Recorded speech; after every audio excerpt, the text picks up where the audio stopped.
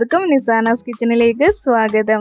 ഇന്നൊരു സ്പെഷ്യൽ കേക്കിൻ്റെ റെസിപ്പിയാണ് കാണിക്കുന്നത്. ഓണം സ്പെഷ്യൽ പായസം കേക്കാണ്. പായസം ഉള്ളിൽ ഫില്ല് ചെയ്തിട്ട് നല്ല ജ്യൂസിയും സോഫ്റ്റും ആയിട്ടുള്ളൊരു കേക്കാണിത്. കഴിക്കാൻ നല്ല ടേസ്റ്റാണ്. വളരെ സോഫ്റ്റ് ആയിട്ടാണ് ഇതിൻ്റെ ഉൾഭാഗം ഇരിക്കുന്നത്. അതുപോലെ തന്നെ ഭയങ്കര ജ്യൂസിയുമാണ്. വായിൽ വെക്കുമ്പോൾ തന്നെ അലിഞ്ഞു പോകുന്ന ഒരു ടെക്സ്ചറാണിത്. അപ്പോൾ ഇതെങ്ങനെയാണ് തയ്യാറാക്കുന്നത് നമുക്ക് നോക്കാം. വീഡിയോ സ്കിപ്പ് ചെയ്യാതെ ഫുള്ളായിട്ടും കാണണേ, എങ്കിലേ മനസ്സിലാവുകയുള്ളൂ നിങ്ങൾക്ക്. ആദ്യമേ തന്നെ നമുക്ക് ഇതിനായിട്ടുള്ള ഡ്രൈ ഇൻഗ്രീഡിയൻസ് എല്ലാം ഒന്ന് അരിച്ച് വെക്കണം. എന്നോടൊരു ചെറിയ കേക്കാണ് തയ്യാറാക്കുന്നത്. അപ്പോൾ 1/2 കപ്പ് മൈദയാണ് എടുത്തിരിക്കുന്നത്. 125 ml കപ്പിനാണ് എടുത്തിരിക്കുന്നത്. ഇനി ഇതിൽ നിന്നും 2 ടേബിൾ സ്പൂണോളം മൈദ ഞാൻ മാറ്റി കൊടുത്തിട്ട് അതിന് പകരം 2 ടേബിൾ സ്പൂണോളം മിൽക്ക് പൗഡറാണ് ചേർത്ത് കൊടുക്കുന്നത്. നിങ്ങളുടെ കയ്യിൽ പാൽപ്പൊടി ഇല്ലെന്നുണ്ടെങ്കിൽ ഈ ഒരു സ്റ്റെപ്പ് സ്കിപ്പ് ചെയ്യാവുന്നതാണ്. ഉണ്ടെങ്കിൽ ചേർത്ത് കൊടുക്കുക. നമ്മുടെ ആ കേക്കിൻ്റെ ബേസിന് നല്ലൊരു ടേസ്റ്റ് കിട്ടും. 2 ടേബിൾ സ്പൂൺ ചേർത്താൽ മതി, കൂടുതൽ ചേർക്കേണ്ട ആവശ്യമില്ല. ഇനി ഇതിലേക്ക് ബേക്കിംഗ് പൗഡറാണ് ചേർത്ത് കൊടുക്കുന്നത്. അത് 1 ടീസ്പൂണോളാണ് ചേർത്ത് കൊടുക്കുന്നത്.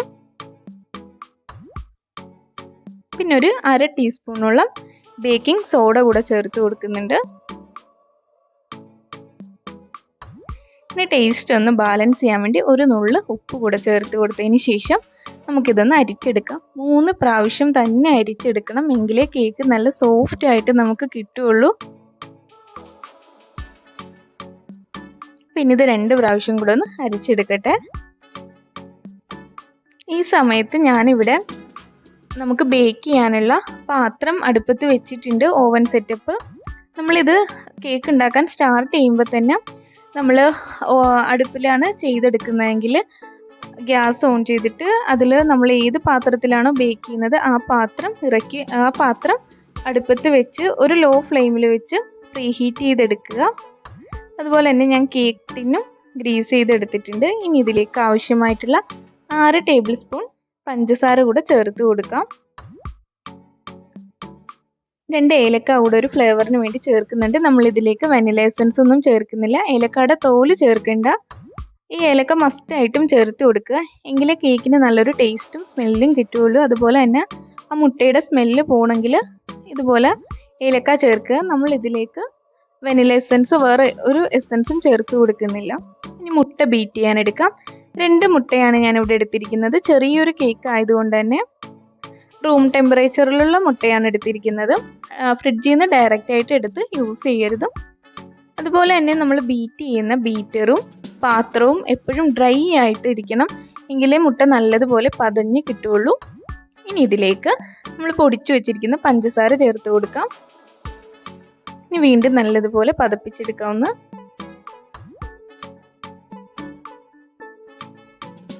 ഇതാ നല്ലതുപോലെ പതഞ്ഞു വന്നിട്ടുണ്ട്. കറക്റ്റ് ഒരു പാകത്തിന് കിട്ടിയിട്ടുണ്ട്. ഇനി ഇതിലേക്കൊരു 1/4 കപ്പ് സൺഫ്ലവർ ഓയിൽ കൂടെ നമുക്ക് ഒഴിച്ചു കൊടുക്കണം. സൺഫ്ലവർ ഓയിൽ ഒഴിച്ചു കൊടുത്തതിന് ശേഷം ഒരുപാടൊന്നും മിക്സ് ചെയ്യരുതും. ജസ്റ്റ് ഒരു 30 സെക്കൻഡ് ഒന്ന് ബീറ്റ് ചെയ്തെടുത്താൽ മതി.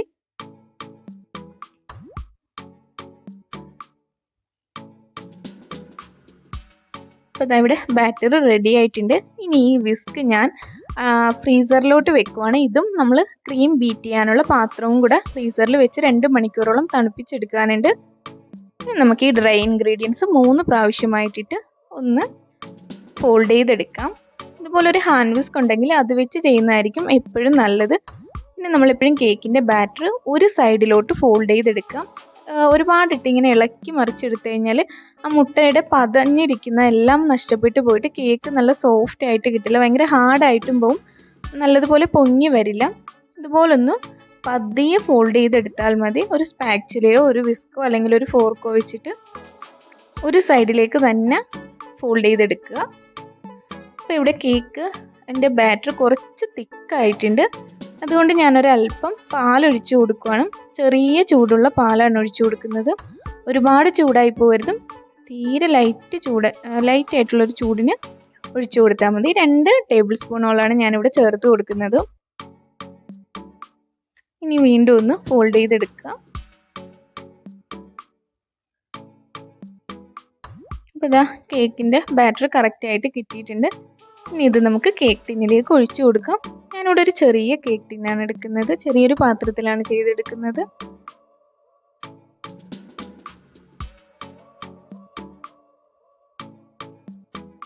ഇനി ഇതിൻ്റെ എയർ ബബിൾസ് ഒന്ന് കളയാനായിട്ട് ഒരു സ്ക്യൂർ വെച്ചിട്ട് ഒന്ന് പൊക്കി കൊടുക്കാം. എയർ ബബിൾസ് ഇങ്ങനെ ചെയ്ത് കൊടുത്തില്ലെങ്കിൽ ഉള്ളിൽ നിറച്ച് എയർ ആയിട്ട് ഇങ്ങനെ കേക്ക് വല്ലാതിരിക്കും.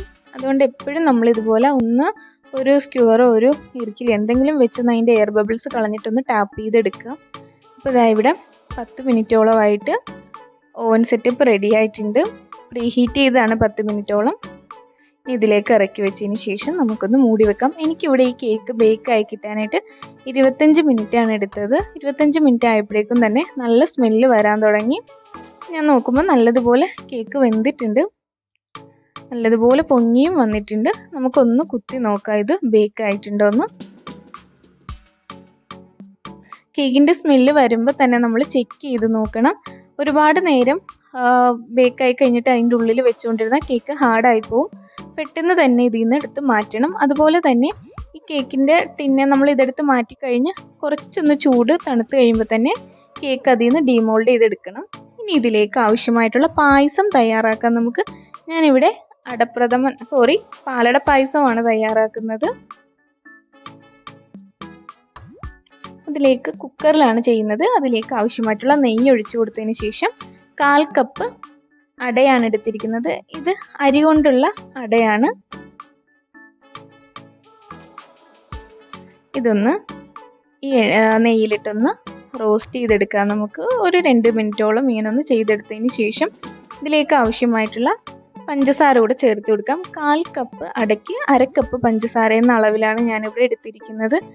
ഇനി പഞ്ചസാര നല്ലതുപോലെ ഒന്ന് മെൽറ്റായി വന്ന് ക്യാരമലൈസായി കിട്ടണം. നമുക്ക് ഇതിൽ നിന്നും നെയ്യൊക്കെ സെപ്പറേറ്റ് ആയിട്ട് ഊറി വരണം. അതുവരെ ഒന്ന് ഇതുപോലെ ഇളക്കി കൊടുത്തുകൊണ്ടിരിക്കാം.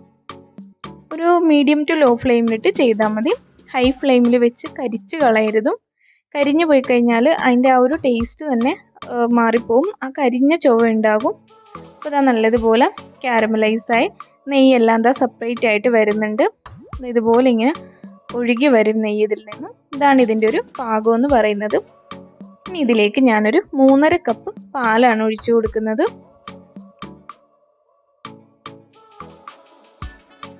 ഇപ്പം ഞാൻ ഒഴിക്കുന്ന പാത്രത്തിൻ്റെ അളവെന്ന് പറയുന്നത് 1.5 കപ്പാണ്. അപ്പം ഞാൻ 3.5 കപ്പ് പാലോളം ഒഴിച്ചു കൊടുത്തിട്ടുണ്ട്. ഇതിലേക്ക് വെള്ളം ചേർക്കരുതും. ഇപ്പം ഈ സമയത്ത് നല്ല കട്ടിയായിട്ടായിരിക്കും ഇത് ഇരിക്കുന്നത്. നമ്മൾ പാലൊഴിച്ച് കഴിയുമ്പോഴത്തേക്കും അത് കുഴപ്പമില്ല, ഇളക്കി അത് ഇതാക്കാൻ നിൽക്കേണ്ട ആവശ്യമില്ല. നമുക്കിതിൻ്റെ മൂടിയിട്ട് കൊടുക്കാം. ഫിസിലിട്ട് കൊടുത്തതിന് ശേഷം ഒരു ഫിസിൽ കേൾപ്പിച്ചാൽ മതി. ഒരു ഫിസിൽ കേൾപ്പിച്ചതിന് ശേഷം ഒരു 5 മിനിറ്റ് ഒന്ന് വെയിറ്റ് ചെയ്യുക. വെയിറ്റ് ചെയ്തിട്ട് നമുക്കിതിലെ പ്രഷർ കളയാവുന്നതാണ്.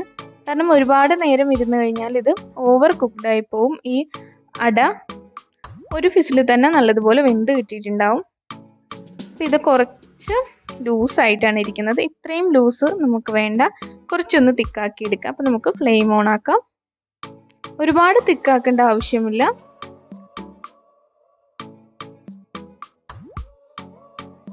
അപ്പം ഇതൊരു പാകത്തിനായി കിട്ടിയിട്ടുണ്ട്. ഇനി ഇതിങ്ങനെ ഇരുന്ന് ഒന്നും കൂടെ കുറുകി കിട്ടും. ഇത് നമുക്ക് ഓഫ് ചെയ്തിട്ട് ഒരു സൈഡിലേക്ക് മാറ്റി വെക്കാം. അപ്പോൾ പായസം അവിടെ തണുക്കുന്ന ടൈം കൊണ്ട് ഇതിലേക്ക് ആവശ്യമായിട്ടുള്ള ക്രീം ഒന്ന് വിപ്പ് ചെയ്തെടുക്കാം. ഞാൻ ഫ്രീസറിൽ വെച്ചിട്ട് എടുത്ത പാത്രമാണിത്. ഇനി ക്രീം ഒന്ന് നല്ലതുപോലെ വിപ്പ് ചെയ്തെടുത്തിട്ട് വരാം. ഇത് നല്ല മധുരമുള്ള ക്രീം ആയതുകൊണ്ട് ഇതിലേക്ക് ഞാൻ ഇനി എക്സ്ട്രാ ഷുഗറൊന്നും ആഡ് ചെയ്ത് കൊടുക്കുന്നില്ല.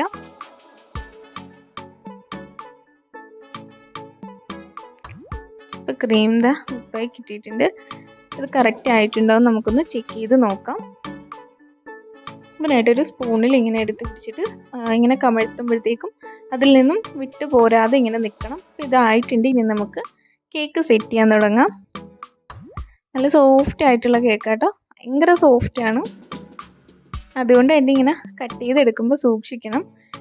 ബിഗിനേഴ്സിന് എങ്ങനെ കേക്ക് കട്ട് ചെയ്യാം എന്നുള്ളത് ഞാൻ ഇതിന് മുമ്പ് അപ്ലോഡ് ചെയ്ത റെഡ് വെൽവെറ്റ് കേക്കിൽ കാണിച്ചിട്ടുണ്ട്. കാണാത്തവർ അതൊന്ന് പോയി കണ്ടു നോക്കുക. ഞാനിവിടെ 3 ലെയറായിട്ടാണ് കട്ട് ചെയ്തെടുത്തിരിക്കുന്നത്. ഇനി ഒരു ബോർഡ് വെച്ചിട്ട് അതിലേക്ക് കുറച്ച് ക്രീം തേച്ച് കൊടുക്കുന്നുണ്ട്.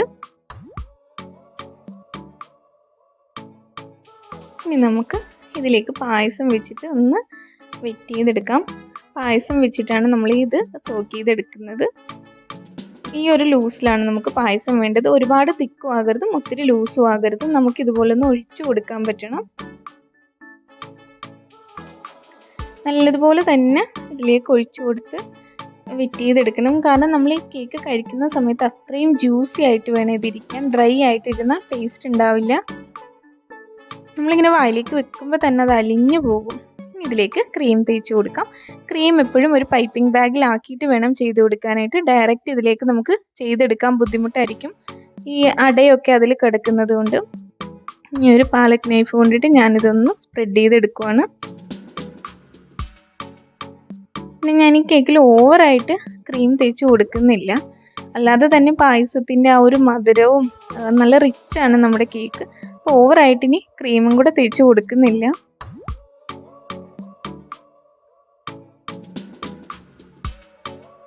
അപ്പോൾ ഇതാ 3 ലെയറും ഇതുപോലെ വെച്ച് സെറ്റ് ചെയ്തെടുത്തിട്ടുണ്ട്. ഈ 3ാമത്തെ ലെയറിൻ്റെ പൊക്കത്തും ഇതുപോലെ തന്നെ പായസം ഒഴിച്ച് നല്ലതുപോലെ വെറ്റ് ചെയ്തെടുക്കുക.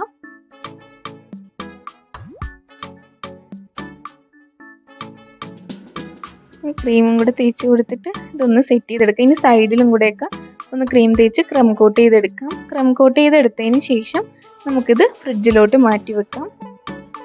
നിങ്ങൾക്ക് വേണമെങ്കിൽ ക്രം കോട്ട് ചെയ്ത് ഫ്രിഡ്ജിൽ നിന്ന് എടുത്തതിന് ശേഷം വീണ്ടും ഇതിൽ ക്രീം ഒന്നും കൂടെ ഫൈനൽ ആയിട്ടൊന്ന് ടച്ച് ചെയ്ത് കൊടുത്തിട്ട് എന്തെങ്കിലും ഫ്ലവറൊക്കെ ചെയ്ത് കൊടുക്കാം. ഞാൻ ഒരുപാട് ക്രീം വേണ്ട എന്നുള്ളത് കൊണ്ടിട്ട് പിന്നെ ഇനി ഇതിലേക്ക് ക്രീമൊന്നും തേച്ച് കൊടുക്കുന്നില്ല.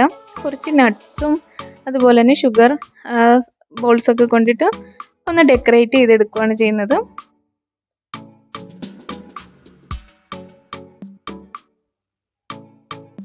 ഇതൊന്ന് ഫ്രിഡ്ജിൽ വെച്ചിട്ട് എടുത്തിട്ടുണ്ട്. ഒരു 2-3 മണിക്കൂറോളം ഫ്രിഡ്ജിൽ വെച്ച് എടുത്ത കേക്കാണ്. ഇനി ഇതിലേക്ക് ഞാൻ പൊടിച്ചു വെച്ചിരിക്കുന്ന കുറച്ച് കാഷ്യൂ നട്ടും അതുപോലെ തന്നെ പിസ്തയും ചേർത്ത് കൊടുക്കുന്നുണ്ട്. നിങ്ങൾക്ക് ഇഷ്ടമുള്ള നട്ട്സൊക്കെ ചേർത്ത് കൊടുക്കാവുന്നതാണ്. ഞാൻ ഇതിൻ്റെ ഉള്ളിൽ നട്ട്സ് വെച്ചിട്ടില്ല, പുറത്ത് നട്ട്സ് വെക്കുന്നത് കൊണ്ട് തന്നെ നിങ്ങൾക്ക് വേണമെങ്കിൽ ഉള്ളിൽ നമ്മൾ ലെയർ സെറ്റ് ചെയ്യുന്ന സമയത്ത് അതിൽ നട്ട്സ് വെച്ച് കൊടുത്തിട്ട് പുറത്ത് എന്തെങ്കിലും ഫ്ലവറൊക്കെ വെച്ച് ഡിസൈൻ ചെയ്യാവുന്നതാണ്. ഞാനിപ്പോൾ ഒരുപാട് ക്രീം ആക്കണ്ടെന്ന് വിചാരിച്ചിട്ട് അതൊന്നും ചെയ്യുന്നില്ല. ഇനി ഇതിലേക്ക് കുറച്ച് സ്പ്രിങ്കിൾസ് കൂടെ ഇട്ട് കൊടുക്കുന്നുണ്ട്. അതൊരു ഭംഗിക്ക് വേണ്ടിയിട്ടാട്ടോ. ഇങ്ങനെ നട്ട്സ് മാത്രം വെച്ച് ചെയ്യുമ്പോൾ അത്രയും ഭംഗിയില്ല, അതുകൊണ്ടിട്ടാണ്. ഞാനിതൊന്ന് ഡെക്കറേറ്റ് ചെയ്തെടുത്തിട്ട് വരാം.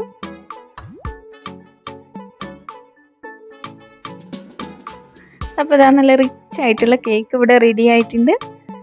വളരെ സോഫ്റ്റ്, നല്ല ടേസ്റ്റുമാണ് കഴിക്കാൻ. അത്രയ്ക്ക് ജ്യൂസി ആയിട്ടാണ് ഇതിൻ്റെ ഉൾഭാഗം ഇരിക്കുന്നത്. അപ്പോൾ നിങ്ങൾക്ക് ഈ റെസിപ്പി ഇഷ്ടമായെന്ന് കരുതുന്നു. ഇഷ്ടമായിട്ടുണ്ടെങ്കിൽ ഒന്ന് ലൈക്ക് ചെയ്യുക. എൻ്റെ ഈ ചാനൽ ഇഷ്ടമാവുന്നുണ്ടെങ്കിൽ ഒന്ന് സബ്സ്ക്രൈബ് ചെയ്യുക. ആ ബെല്ലൈക്കൺ കൂടി അമർത്തിയാൽ ഞാനിടുന്ന എല്ലാ വീഡിയോസും നിങ്ങൾക്ക് നോട്ടിഫിക്കേഷനായിട്ട് ലഭിക്കുന്നതാണ്. അപ്പം നമുക്ക് വീണ്ടും കാണാം. അപ്പോൾ ഇത് എത്രത്തോളം സോഫ്റ്റ് ആണെന്ന് ഞാനിപ്പോൾ കാണിച്ചു തരാം. ഇതൊന്ന് കട്ട് ചെയ്ത് കാണിച്ചു തരാം. കഴിക്കാൻ നല്ല ടേസ്റ്റ് ആയിരുന്നു. എല്ലാവരും ഒന്ന് ട്രൈ ചെയ്ത് നോക്കേണ്ട ഒരു മസ്റ്റ് ഐറ്റമാണിത്. നമ്മളെപ്പോഴും സാധാരണ കഴിക്കുന്ന കേക്കിൽ നിന്നും ഒരുപാട് ഡിഫറെൻ്റ് ആയിട്ടുള്ളൊരു ടേസ്റ്റും ഫ്ലേവറുമാണിത്. എന്നാൽ ഇതിലേക്ക് നമ്മൾ പ്രത്യേകിച്ച് ഒരു എസൻസ് ഒന്നും ചേർത്ത് കൊടുത്തിട്ടില്ല. ജസ്റ്റ് ഇതിൽ ആ ഏലക്കായുടെ ഫ്ലേവർ മാത്രമേ ഉള്ളൂ. അപ്പം നമുക്ക് വീണ്ടും കാണാം. Okay, bye, thank U.